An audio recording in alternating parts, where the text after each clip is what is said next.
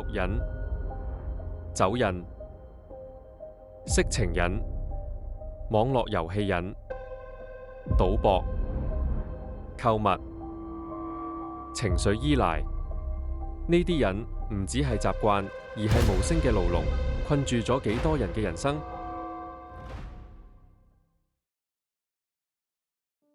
劉文和牧師就係曾經喺癮中幾乎毀掉自己嘅人。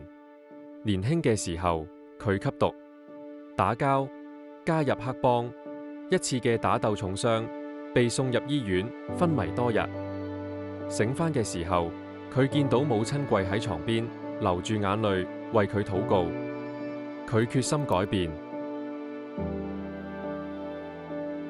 喺福音戒毒中心，佢經歷咗神奇嘅轉變，唔單止戒除毒癮，更被呼召走上侍奉嘅道路，成為牧師。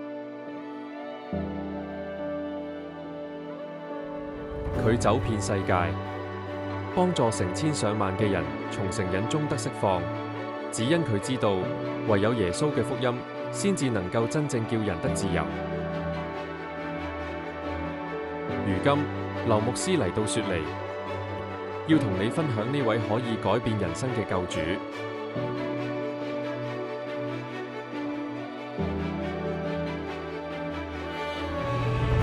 我誠摯地邀請大家一起來參加這次的佈道會，來見證神福音的大能。